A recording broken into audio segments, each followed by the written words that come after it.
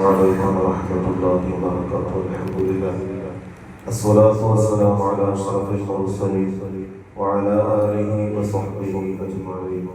الله سبحانه وتعالى നമ്മുടെ സുഹൃത്തുക്കൾ കബൂലാക്കുകയും നമ്മുടെ വിവാദത്തോടും സൽക്കർമ്മങ്ങളും അല്ലാഹു തആല സ്വീകരിച്ചു മുത്തഖീങ്ങളിൽ അല്ലാഹു നമ്മയും നമ്മുടെ കുടുംബാദികളെയും ഉൾപ്പെടുത്തി അനുഗ്രഹിക്കുമാറാകട്ടെ. നമ്മിലും നമ്മുടെ കുടുംബാദികളെയും നമ്മോട് ദുആ കൊണ്ട് വസിയത്ത് ചെയ്തവരിലും രോഗികളായി കഴിയുന്ന എല്ലാവർക്കും അല്ലാഹു തആല പരിപൂർണമായ ശുഭയും സലാമത്തും അനുഗ്രഹിക്കുമാറാകട്ടെ.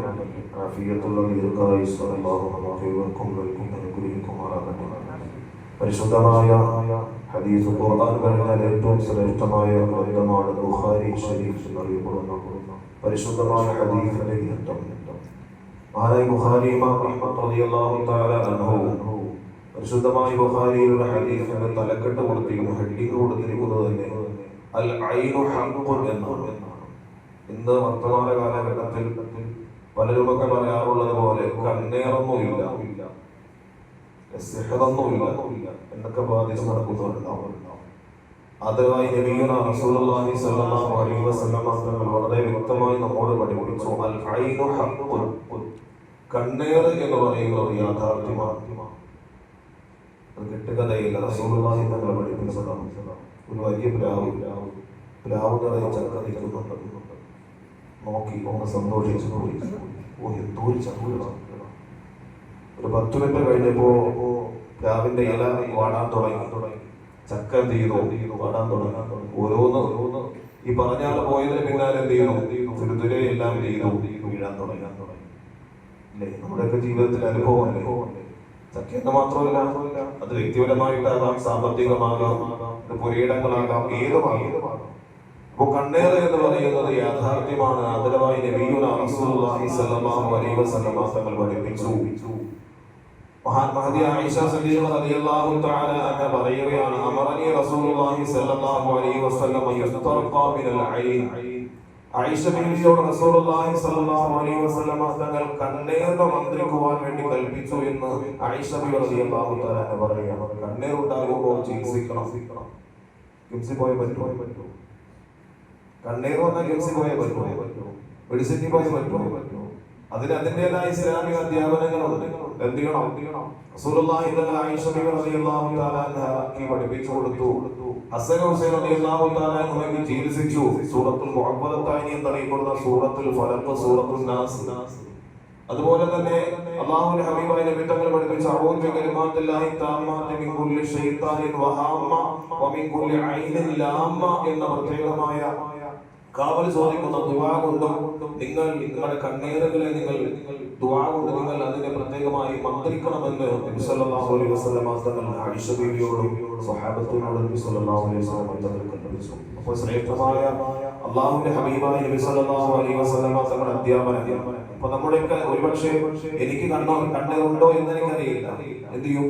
ഞാൻ നോക്കുന്ന വസ്തു വാടി വീഴുകയാണെങ്കിൽ, ഞാൻ നോക്കുന്ന വസ്തു നശിച്ചു പോവുകയാണെങ്കിൽ അല്ലെ നമുക്കൊരു അത്ഭുതം തോന്നുന്നു. നമുക്ക് എന്തെങ്കിലും, അത് ഏത് വസ്തു ആകട്ടെ, പുരയിടമാകട്ടെ, എന്താകട്ടെ, പക്ഷെ എനിക്ക് എന്റെ മനസ്സിനൊരു അത്ഭുതമായി തോന്നും. എന്തോ ഒന്ന് ആ ചക്ക അല്ലെങ്കിൽ മാങ്ങ എന്ന് പറയുമ്പോ നമ്മുടെ അതിൽ നിന്നും പ്രവഹിക്കുന്നതായ കണ്ണീര്, ആ കണ്ണീര് കാരണം അത് നശിച്ചു പോകും. നമ്മൾ എന്താ ചെയ്യേണ്ടത്?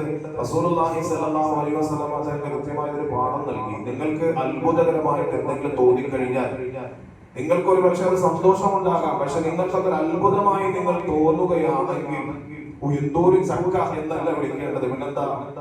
മാഷാ അല്ലാഹ്. എന്താ പറയേണ്ടത്?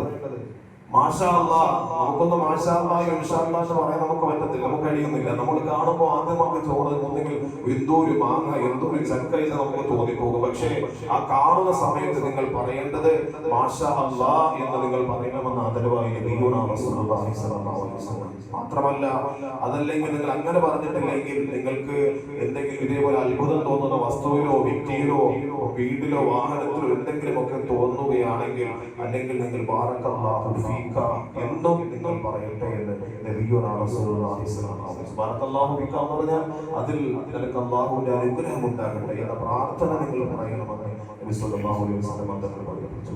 അത്തരത്തിൽ കണ്ണേറ് എന്ന് പറയുന്ന യാഥാർത്ഥ്യമാണ്. പലരും പറയാണ്ട് സിഹർ, ശുദ്രം ചെയ്യൽ, കൂടോത്രം ചെയ്യുന്ന ഇല്ല എന്ന് പറഞ്ഞു വാദിക്കുന്ന ആൾക്കാരുണ്ട്. പക്ഷേ ഇസ്ലാമിലെ 7 റസൂലുള്ളാഹിയുടെ ഹദീസിൽ 7 വൻപാപങ്ങൾ പറയുന്നുണ്ട്. 7 വൻപാപങ്ങൾ പറയുന്ന കൂട്ടത്തിൽ രണ്ടാമത് പറയുന്ന പാപമാണ് ഏത്? ശുദ്രം അഥവാ കൂടോത്രം, സിഹർ, മാരണം എന്നൊക്കെ പറയുന്നത് യാഥാർത്ഥ്യമാണ്. ഹദീസ് പഠിക്കാതെയും ഇസ്ലാമിന്റെ അധ്യാപനം പഠിക്കാതെയും ഇവർക്കൊക്കെ എങ്ങനെ മനസ്സിലാക്കാൻ കഴിയും? സിഹർ എന്ന് പറയുന്നത് റസൂലുള്ളാഹി തങ്ങൾ പഠിപ്പിച്ച അല്ലെങ്കിൽ 7 വൻപാപങ്ങളിൽപ്പെട്ട പാപമായി പരിചയപ്പെടുത്തിയ വലിയൊരു പാപമാണ് കൂടോത്രം. അപ്പൊ കണ്ണീറും സിഹറും ഒക്കെ ഇസ്ലാമിൽ യാഥാർത്ഥ്യമാണ്. അത് അതിൻ്റെതായ രീതിയിൽ സിഹർ പാപമാണ്, ചെയ്യാൻ പാടില്ല. അല്ലാഹു തആല കാത്തുരക്ഷിക്കുമാറാകട്ടെ. സിഹറിന്റെ പ്രവർത്തനങ്ങളിൽ നിന്നും അത് ബാധിക്കുന്ന ഏൽക്കുന്ന പ്രവർത്തനങ്ങളിൽ നിന്നും അതിലെ ഏൽക്കുന്ന അവസ്ഥകളിൽ നിന്നൊക്കെ അല്ലാഹു തആല നമ്മെ കാത്തുരക്ഷിക്കുമാറാകട്ടെ. കണ്ണീറുകളിൽ നിന്നും അല്ലാഹു തആല നമ്മെ കാത്തുരക്ഷിക്കുമാറാകട്ടെ. നമ്മുടെ കണ്ണീറുകളിൽ നിന്ന് മറ്റുള്ളവർക്കും അല്ലാഹു തആല എല്ലാ സലാമത്തും നൽകി അനുഗ്രഹിക്കുമാറാകട്ടെ. വആഖിറു ദഅ്വാനാ അൽഹംദുലില്ലാഹി റബ്ബിൽ ആലമീൻ.